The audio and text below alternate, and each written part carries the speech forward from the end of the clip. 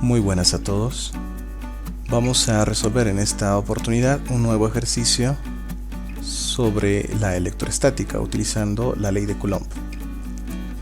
Bien, este problema nos plantea lo siguiente: determinar la fuerza eléctrica a la que es sometida la carga Q4 y el valor de la carga Q3 para que el sistema se quede en equilibrio. Si nos fijamos en este gráfico, existen 4 cargas: 1, 2, 3, 4, que están dispuestas de esta manera formando un cuadrado. El ejercicio me pide que calcule la fuerza que pasa por la carga Q4. En los videos anteriores ya habíamos visto que debemos analizar carga por carga, cómo es que cada una de ellas ejerce cierta fuerza sobre una carga distinta. En este caso tengo 3 cargas diferentes y las 3 van a ejercer cierta fuerza sobre la carga Q4 que está pintada de color rojo. Estas cargas pueden ejercer las fuerzas de atracción o de repulsión. Este problema lo leí en 2 partes porque me parece interesante que la segunda parte ya me da cierta respuesta. El problema me pide que determine la fuerza eléctrica que pasa por la carga Q4, pero en la segunda parte me dice que también calcule el valor de la carga Q3, o sea que la Q3, que la carga 3 es un valor desconocido. Lo que sí sé es que esa carga 3 va a ayudarme a que el sistema se quede en equilibrio. Esta palabra es sumamente importante, equilibrio. Para que el sistema se quede en equilibrio, debe ocurrir lo siguiente: todas las fuerzas que actúen sobre esta carga Q4, que van a ser 3 fuerzas en total, porque cada carga ejerce una fuerza y como son 3 cargas, van a ser 3 fuerzas. Si quiero que el sistema se mantenga en equilibrio, o sea, se mantenga en reposo, la sumatoria de todas esas fuerzas debe dar 0. De lo contrario, no estaría en equilibrio. Para que ello suceda, seguramente va a ocurrir lo siguiente. Si nos fijamos, la carga Q1 tiene un valor positivo, dice 6 microcoulombs. Como no me indica si las cargas son positivas o negativas, voy a fijarme en el signo que tiene el valor de la carga Q1. Al no tener un signo, se hace de cuenta que tiene un signo positivo. Voy a escribirlo cerca de la carga Q1 para acordarme. La carga Q1 entonces es positiva. La carga Q2, que dice que tiene un valor de 4 microcoulombs, también es una carga positiva.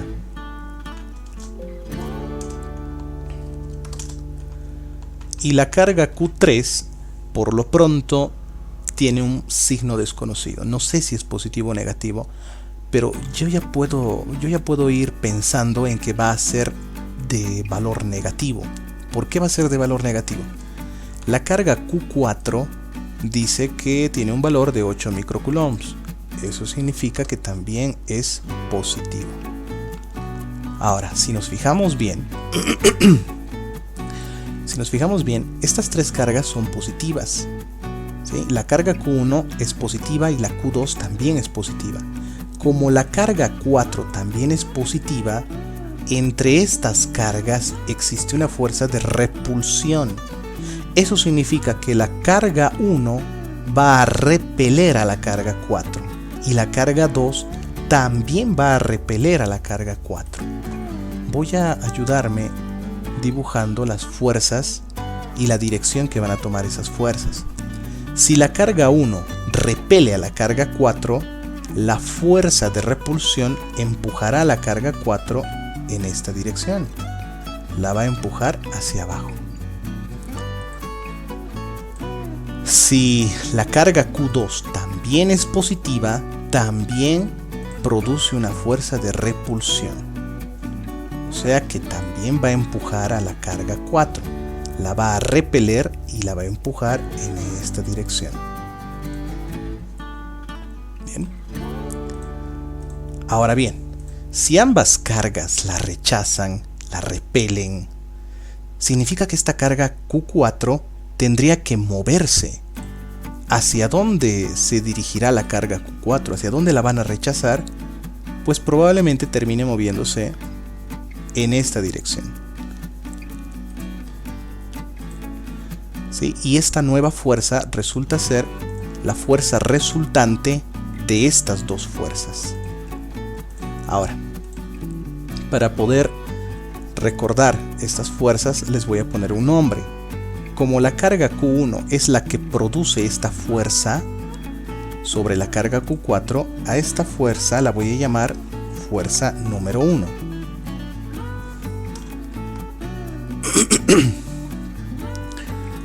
En este caso, como esta fuerza está producida por la carga Q2, a esta la voy a llamar fuerza 2. Y esta fuerza de color anaranjado viene a ser la fuerza resultante, producto de la fuerza 1 y la fuerza 2. Bien. Ahí se ve mejor. Entonces, con ayuda de la fuerza 1 y la fuerza 2, puedo determinar que esta carga se va a mover hacia la fuerza resultante. Se va a mover en esta dirección y en este sentido. Pero eso significa que el sistema no está en equilibrio, porque para que el sistema esté en equilibrio, la carga 4 no debería moverse. Por lo tanto, si yo deseo que la carga 4 no se mueva con la intención de que el sistema permanezca en equilibrio, eso significa que alguien debe evitar que se mueva.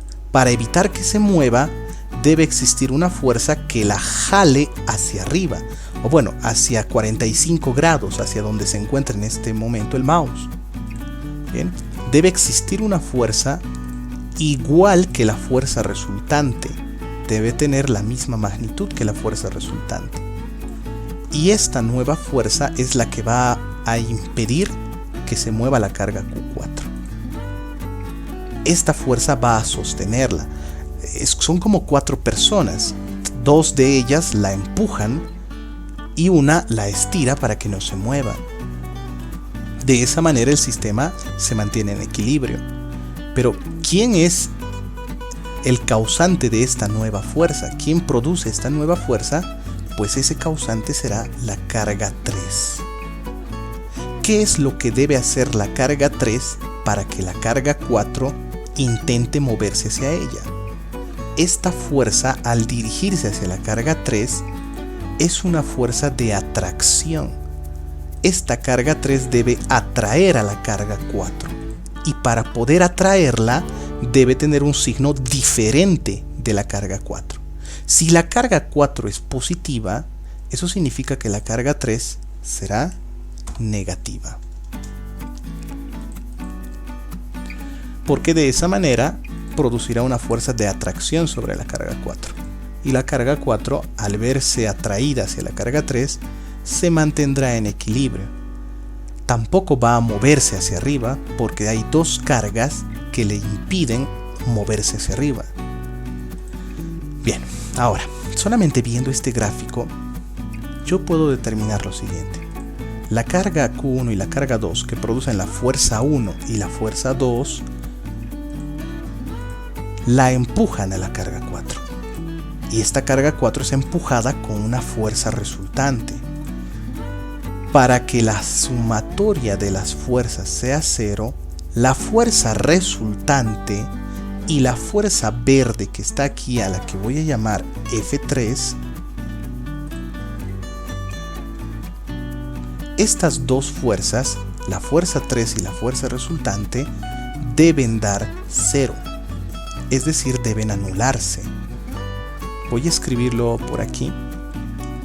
La fuerza resultante más la fuerza 3 deben ser iguales a 0, cumpliendo así la condición de equilibrio. Bien. Ok, entonces, ¿qué es lo primero que debo hacer en este problema? Lo primero que debo hacer es calcular la fuerza 1, la fuerza 2 y la fuerza resultante.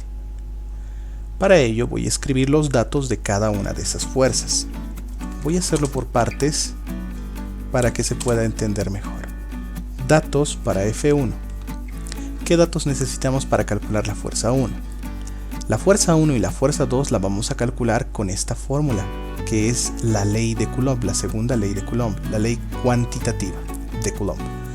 Entonces, necesito la constante de Coulomb, las dos cargas que intervienen y la distancia en la que se encuentran separadas esas dos cargas. ¿Ok? Entonces, para la fuerza 1 necesito primero la constante. El valor de la constante es de 9 por 10 a la 9. Y aquí tengo las unidades, que son Newton, metro al cuadrado, Coulomb al cuadrado. Necesito también las dos cargas que intervienen. ¿Cuáles son las dos cargas que intervienen para producir la fuerza número 1? Esas dos cargas son la carga 1 y la carga 4. Esta es la fuerza 1. Y la fuerza 1 es producida por la carga 1 sobre la carga 4. Entonces necesito la carga 1 y la carga 4. ¿Cuál es el valor de cada una de esas cargas? La carga 1 tiene un valor de 6 microcoulombs. Ojo que dice microcoulombs.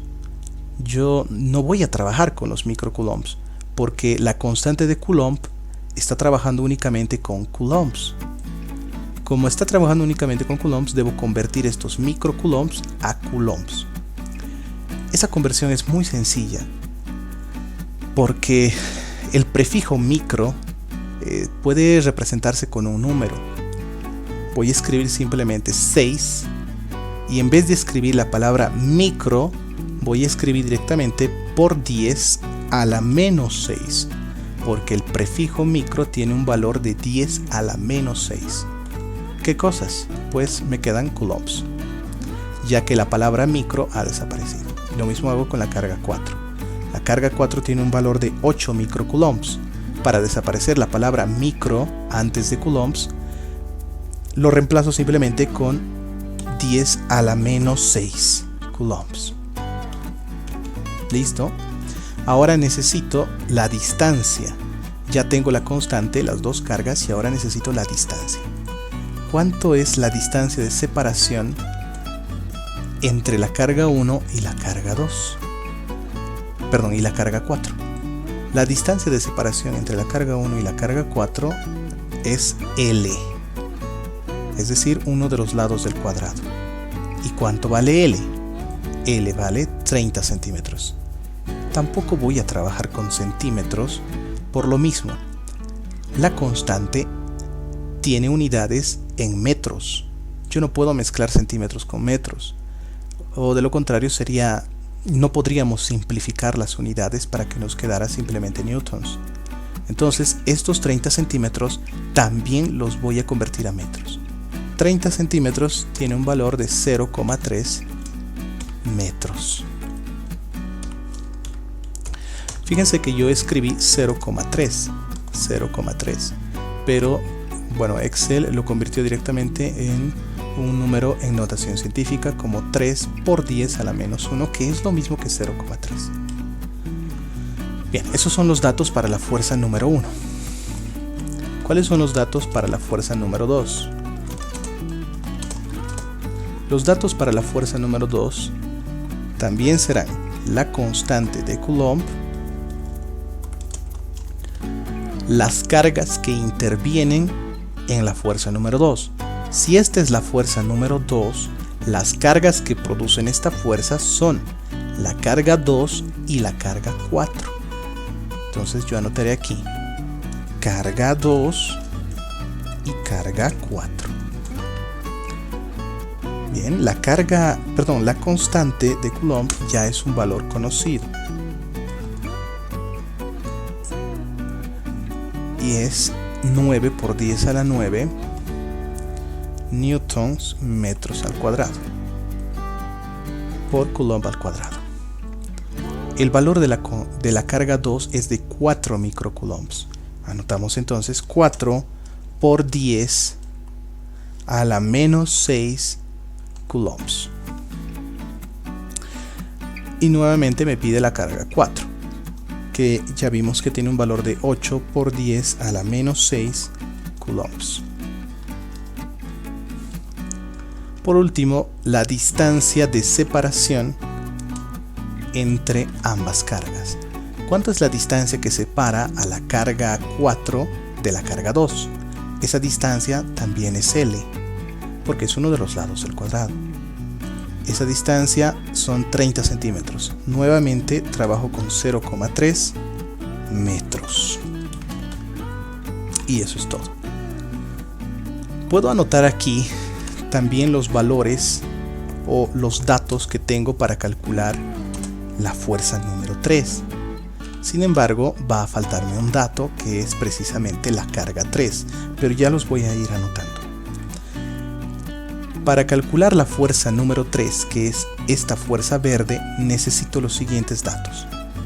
El primer dato que necesito es la constante.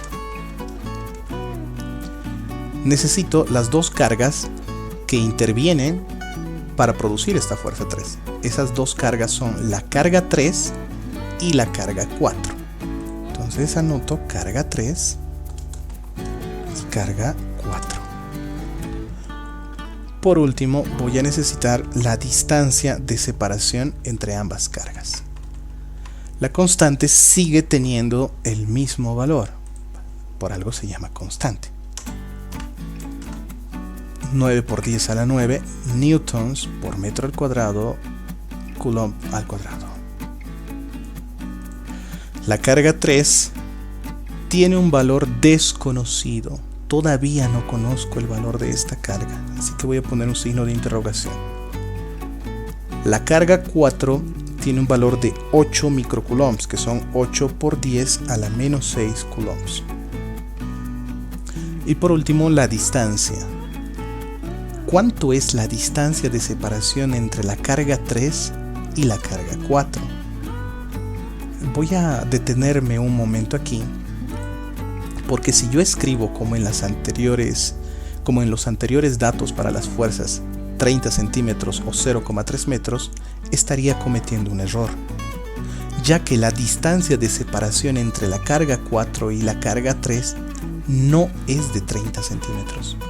Los lados del cuadrado son de 30 centímetros. ¿Cuánto será la distancia desde un extremo hasta el otro extremo?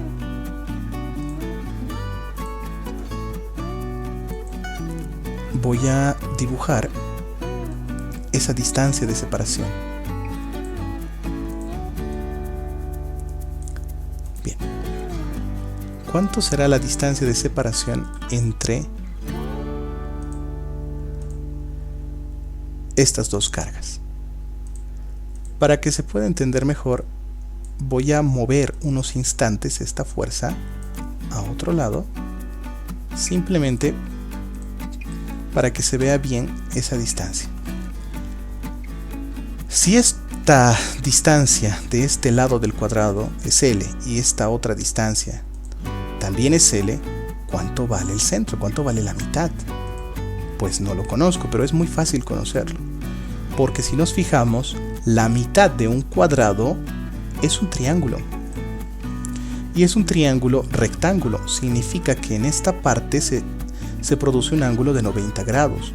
Y al ser un triángulo rectángulo, con dos de sus lados conocidos, que son 30 centímetros y 30 centímetros, pues yo puedo aplicar el teorema de Pitágoras para conocer la hipotenusa de ese triángulo. El lado más largo de un triángulo al cuadrado es igual a la suma de los otros dos lados también elevados al cuadrado. ¿Sí? Entonces, a esta distancia del medio le voy a poner un nombre diferente. Le voy a poner C.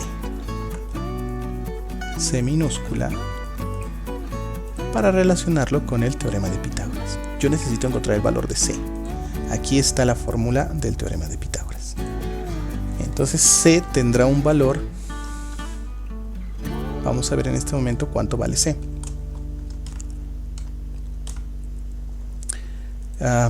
Para quienes tengan alguna dificultad, mejor lo voy a hacer por partes.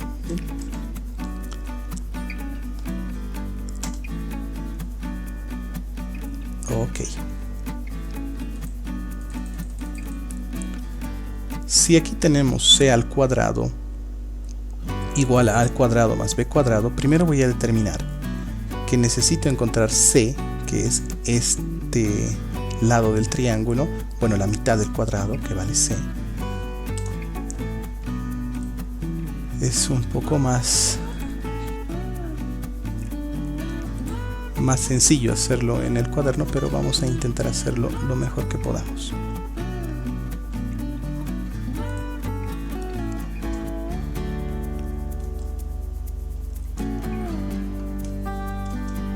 Bien, ahora sí.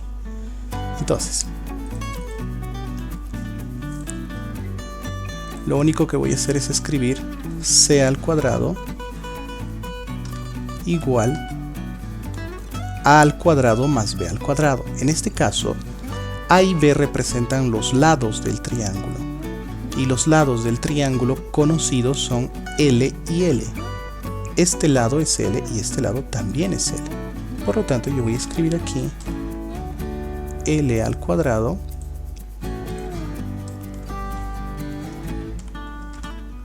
más nuevamente L al cuadrado. Bien, de esa forma voy a encontrar el valor de c. Ahora, es importante darnos cuenta de que c no puede estar elevado al cuadrado, porque yo no necesito el valor de esa distancia elevada al cuadrado. Yo necesito simplemente esa distancia sin ningún cuadrado. Para ello, pues voy a sacarle la raíz. La raíz cuadrada se la voy a sacar a c cuadrado.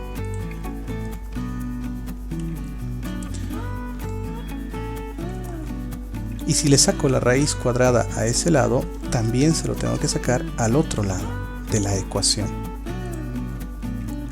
Esto puede parecerles un poco aburrido a algunos, porque seguramente ya se dieron cuenta de cómo se trabaja este tipo de triángulos. Tienen mucha habilidad para resolverlos, pero lo estoy haciendo únicamente para aquellas personas que todavía presentan algún tipo de dificultad para darse cuenta. Bien. Entonces, si se le saca la raíz cuadrada a un lado, también se le debe sacar la raíz cuadrada al otro lado de la ecuación. Este cuadrado se simplifica directamente con la raíz y me queda directamente c, porque se han simplificado la raíz con el cuadrado.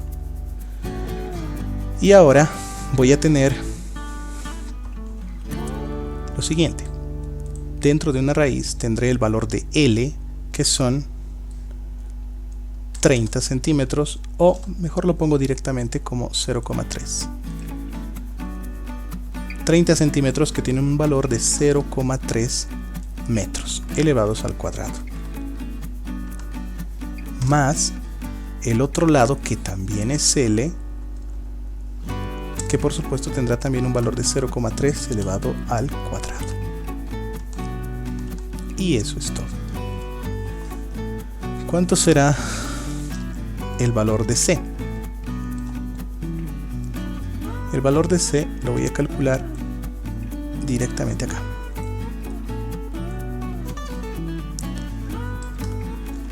C entonces tendrá un valor de... Bien, para escribir la fórmula en Excel se me hace muy fácil escribir directamente la palabra raíz, y automáticamente me sacará la raíz cuadrada de todo lo que escriba en el interior de este paréntesis. Por fines prácticos voy a escribir un paréntesis más para escribir 0,3 elevado al cuadrado. Cierro paréntesis, escribo la siguiente parte, pongo más, nuevamente abro paréntesis, 0,3 también elevado al cuadrado. Cierro, no se escribió, ahora sí. Cierro el paréntesis y también cierro el paréntesis de color negro para indicar que ahí termina la raíz. Y son 0,42426407 metros. Son directamente metros porque ya estoy trabajando con 0,3 metros y ya no con 30 centímetros.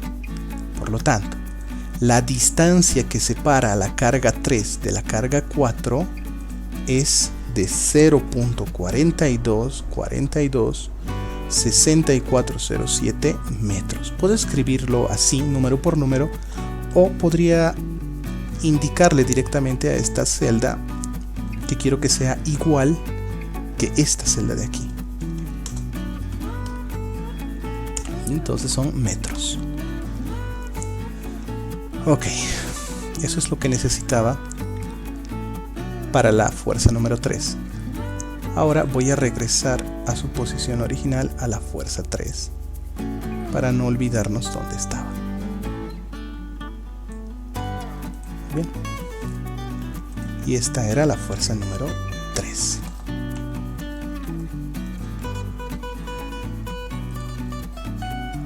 Perfecto. Voy a borrar esta C para que no haya confusiones. Muy bien.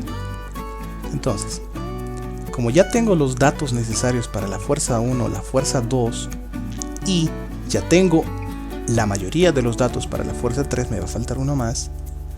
Voy a ir calculando los valores de F1 y F2. Los voy a escribir por aquí. El valor de la fuerza 1 será igual, vamos a ver a qué es igual el valor de la fuerza 1. Como aquí tengo ya la fórmula, voy a escribir directamente igual y ahora voy a introducir los datos que me pide la fórmula. Primero me dice multiplicar la constante por la carga 1. ¿Dónde está la carga 1? Aquí está.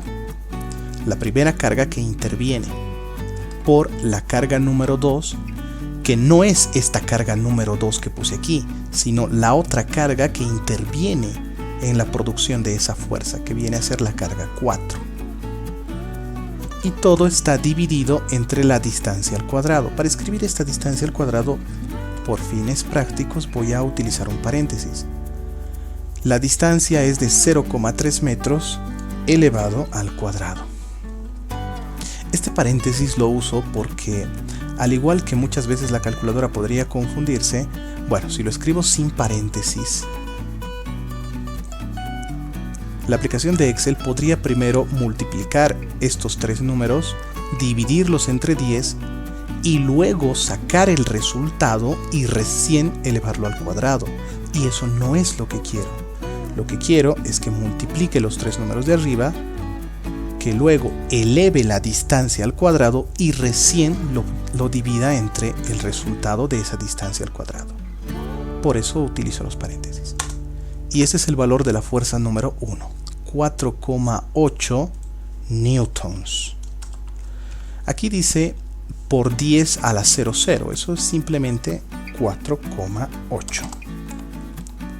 4,8 newtons. Ambos son el mismo valor. Ahora calculemos la fuerza número 2. ¿Cuánto será el valor de la fuerza número 2? Hago lo mismo procedimiento. El valor de la fuerza número 2 será el producto de la constante, que es lo que me pide acá, por la carga 1, en este caso la primera carga que interviene en la producción de la fuerza 2, que es la carga 2, por la otra carga. La otra carga que produce la fuerza 2 es la carga 4. Y todo dividido entre la distancia elevada al cuadrado. Nuevamente lo pongo entre paréntesis. Elevado al cuadrado. Y ese es el valor de la carga de la fuerza número 2. 3,2 por 10 a la 00, que bueno, se puede escribir directamente así. Esos son los dos valores de las fuerzas. La fuerza 1 tiene un valor de 4,8 newtons y la fuerza 2 un valor de 3,2 newtons. Ahora, con estas dos fuerzas ya conocidas, como ya conozco el valor de ambas fuerzas, voy a calcular ahora el valor de la fuerza resultante. Podría utilizar la ecuación de la ley de los cosenos, pero no es necesario. Esta ecuación se utiliza cuando se tiene un ángulo diferente de 90 grados. ¿Qué pasa cuando el ángulo de separación entre las dos fuerzas es de 90? Porque si nos fijamos aquí, es fácil darnos cuenta que este ángulo entre la fuerza 1 y la fuerza 2 pues vale 90 grados. Voy a intentar dibujar el ángulo.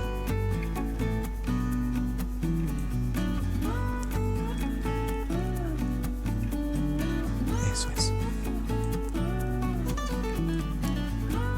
Este ángulo de separación entre la fuerza 1 y la fuerza 2, ahora sí, el ángulo de separación entre la fuerza 1 y la fuerza 2 es de 90 grados. Es fácil darnos cuenta ya que dentro del cuadrado, si nos fijamos, este ángulo también es de 90 grados. Y si la fuerza 2 es dirigida en esta dirección y la fuerza 1 viene en esta dirección, pues este ángulo es el mismo que el ángulo interno del cuadrado. Así que son 90 grados. Como es un ángulo de 90 grados, cuando yo utilice esos 90 grados en el coseno, resulta que el coseno de 90 grados es 0. Y 0 multiplicado por cualquier fuerza o por cualquier número seguirá siendo 0. Eso significa que yo únicamente voy a utilizar cierta parte de la fórmula. Y esa parte será la siguiente. Necesito la fuerza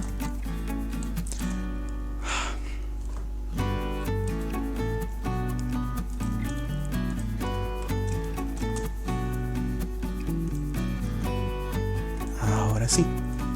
Esperemos no cometer el mismo error. Aquí tendré la fuerza resultante elevada al cuadrado igual. Ahora, si todo esto se hizo 0, solamente me va a quedar la fuerza 1 más la fuerza 2.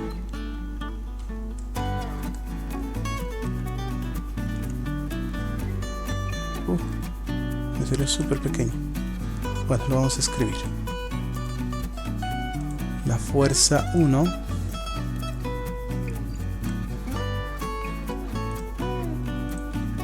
elevada al cuadrado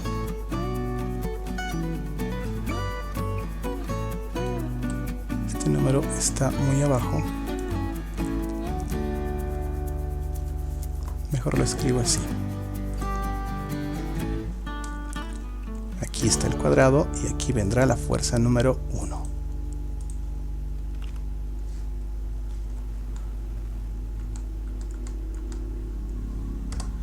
Más la fuerza número 2, también elevada al cuadrado.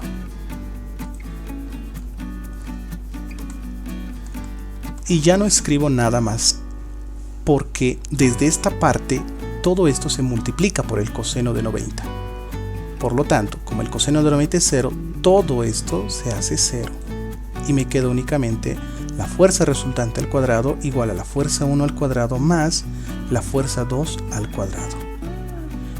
Que curiosamente es muy parecida a el teorema de Pitágoras, ¿sí? Porque de hecho el teorema de Pitágoras viene de la ley de cosenos, ya que el teorema de Pitágoras es aplicable únicamente en triángulos rectángulos, es decir, triángulos que tienen un ángulo de 90 grados. Bien, entonces vamos a encontrar el valor de la fuerza resultante. ¿Cuánto será la fuerza resultante? ¿Cuánto es el valor de la fuerza resultante? Como ya vimos todo este procedimiento, lo voy a hacer directamente en esta parte, porque se hace el mismo procedimiento. Como están elevados al cuadrado, aquí también está elevada al cuadrado la fuerza resultante. Se le saca la raíz y después de sacarle la raíz se simplifica la raíz con el cuadrado y este lado de la ecuación queda todo dentro de una raíz, igual que acá, ¿sí? Entonces directamente escribiré igual la raíz de la fuerza 1, ¿dónde está la fuerza 1? Aquí está. La fuerza 1 elevada al cuadrado, cierro paréntesis, más, abro nuevamente paréntesis, la fuerza 2, que es esta de aquí, que fue la que encontramos, también elevada al cuadrado. Cierro el paréntesis rojo y también cierro el paréntesis de color negro. Y ese es el valor de la fuerza resultante, expresada en newtons. Esta fuerza resultante entonces tiene un valor de 5,7688 newtons. ¿Sí? Este es el valor de esta fuerza resultante. Ahora, ¿qué debe ocurrir para que el sistema se quede en equilibrio?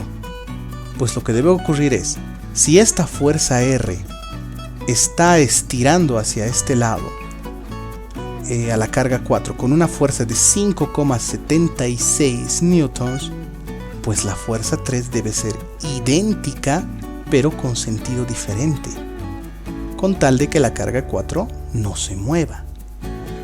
Habíamos expresado esta pequeña ecuación aquí, que la voy a expresar más acá para que pueda observarse mejor.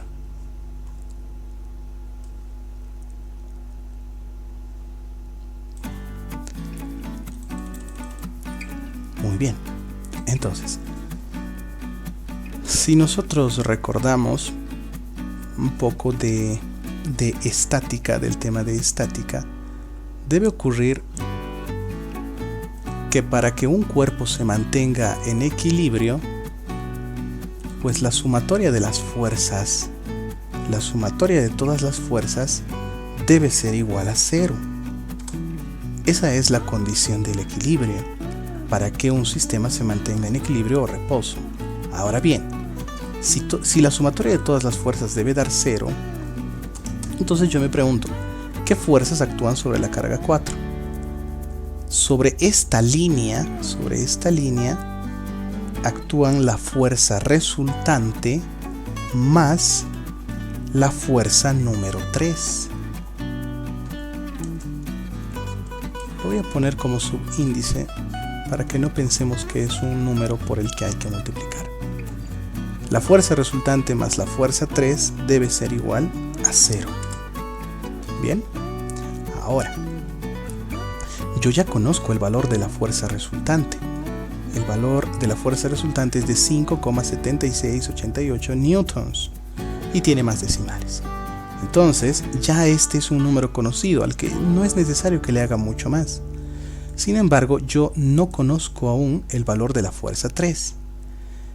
Haciendo un simple despeje, esto puede resolverse de formas diferentes, ya es un uso más práctico de la matemática. Voy a despejar simplemente aquí, que me parece la forma más rápida de resolverlo. Voy a despejar la fuerza número 3. Si quiero que la fuerza número 3 se quede sola en este lado de la ecuación, debo deshacerme de la fuerza resultante. La fuerza resultante tiene un signo positivo por delante y al cambiar de lado debe ir al otro lado con un signo negativo.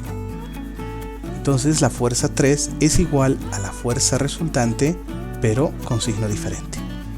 Eso es muy obvio. Es muy obvio que ambas fuerzas deben tener signos diferentes porque van en sentidos diferentes. Bien, entonces, ¿de dónde viene la fuerza 3? Voy a seguir desarrollando esta ecuación, pero estoy seguro de que muchos de ustedes ya saben hacia dónde va. La fuerza 3 la voy a reemplazar simplemente con la fórmula de esta ecuación. ¿Sí? Entonces la fuerza 3, en vez de escribir la fuerza 3, voy a escribir la constante multiplicada por las cargas que intervienen en la fuerza 3 dividida entre la distancia al cuadrado. Eso viene a ser lo siguiente.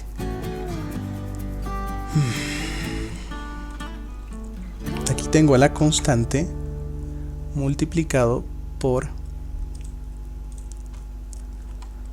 ¿qué fuerzas son las que qué cargas son las que producen la fuerza 3?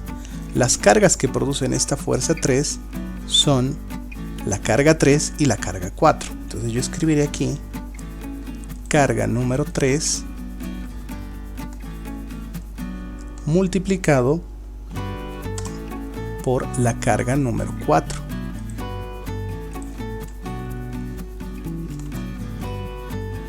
Dividido entre la distancia que separa a ambas cargas. ¿Cuál es la distancia que separa a ambas cargas? Pues es esta distancia que encontramos previamente, 0,4242 metros. La voy a escribir solo como distancia al cuadrado.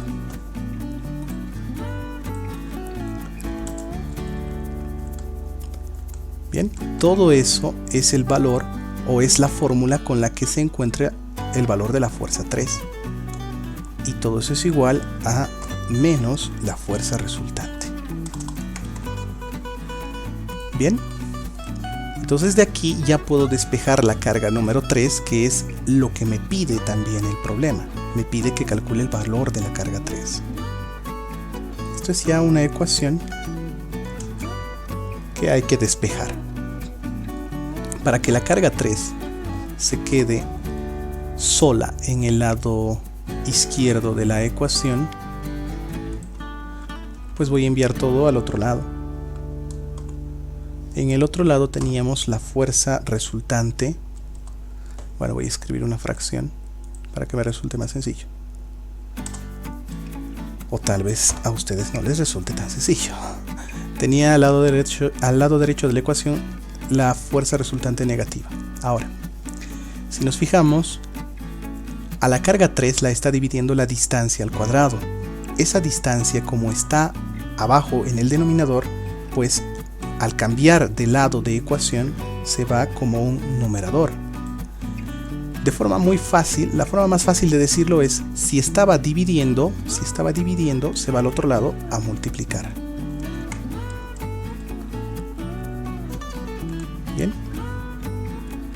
Ahora, no es lo único que quedó.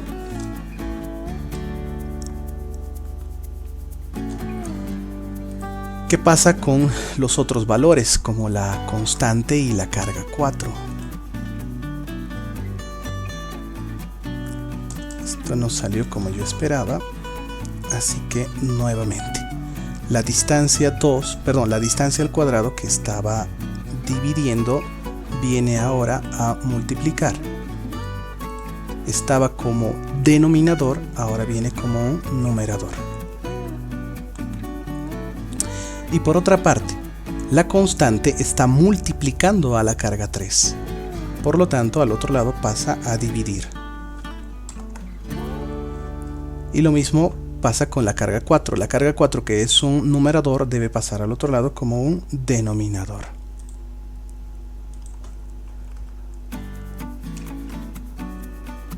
Y bien, eso es todo. Ya tengo despejada la carga número 3. La carga 3 será igual a la fuerza resultante negativa por la distancia al cuadrado sobre la constante multiplicado por la carga número 4. Ya puedo calcular ese valor utilizando Excel. La carga número 3 será igual. Bien, escribo la fórmula. Empiezo con el signo. Dice empezar con un signo negativo. Ahora simplemente voy a escribir un paréntesis, nuevamente con fines prácticos, y voy a multiplicar la fuerza resultante, que es este valor de aquí, multiplicado por la distancia al cuadrado. Otra vez voy a usar paréntesis en cuanto vea un cuadrado para no tener esa confusión. La distancia de separación es esta de acá. Debo tener cuidado de no usar los 30 centímetros, porque la distancia que yo estoy usando para la fuerza 3 es esta distancia de aquí. Entonces esa distancia será la que trabaje en esta fórmula. Fuerza resultante por la distancia al cuadrado. Cierro paréntesis y divido todo eso entre el producto de la constante de Coulomb, que es esta de aquí, multiplicado por la carga número 4. Y ahí tengo la carga número 4. Cierro el paréntesis. Igual. Este es el valor de la carga número 3.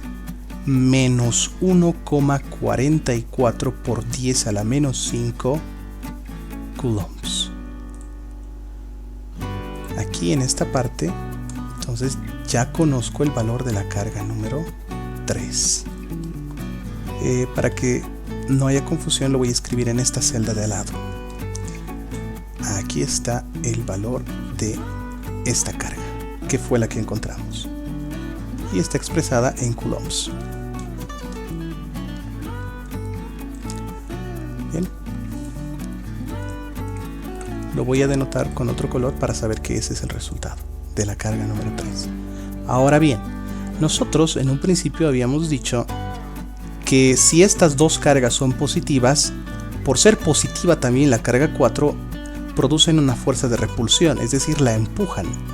Y para que el sistema se quedara en equilibrio era necesario que la carga 3 estirara hacia ella o atrajera hacia ella a la carga número 4. Para eso debía ser de signo negativo, que curiosamente pues la carga 3 nos salió con un signo negativo, ¿verdad? Por esa razón es que produce una fuerza de atracción hacia ella. Bien, espero que les haya servido. Les deseo mucha suerte en las evaluaciones que tengan o en las prácticas que tengan que resolver. Que tengan todos una excelente semana.